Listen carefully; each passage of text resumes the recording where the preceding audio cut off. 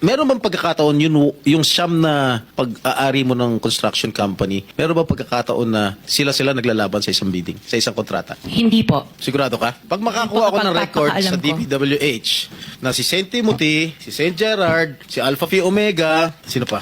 Si Alpha and Omega and St. Gerard, hindi po sila nagsasali sa isang bidding. Pero Okay yung nga. ibang licenses, magkakasama sila minsan. And then, so minsan naglalaban-laban yung siyam? Yes po. Oh, so that is not a legitimate bidding. Dahil yung siyam na yon na naglalaban-laban sa isang award sa isang kontrata, iisa lang may-ari. So kahit sino doon, kahit sinong manalo doon sa bidding na yon, ikaw ang panalo. Dahil sa'yo lahat yun eh. Correct? Tama? Hindi po, kasi ibibigay yung may-ari ng mga companies. Sus. Eh kasi I'm sabi mo just lang concerned with Alpha and Miss Omega. Diskaya, Opo. kanina, sinabi mo Alpha Phi Omega lang ang sa'yo. Opo. Nung tinanong kita ulit, inunumerate ko lahat yung siyam na korporasyon, inamin mo sa'yo lahat yun. Oh, di ba? The records will bear me out. Opo. Oh, ngayon, ang tinatanong ko sa'yo, yung bang siyam na korporasyon na yun, Panglimang tanong na. naglalaban-laban ba sa bidding yan?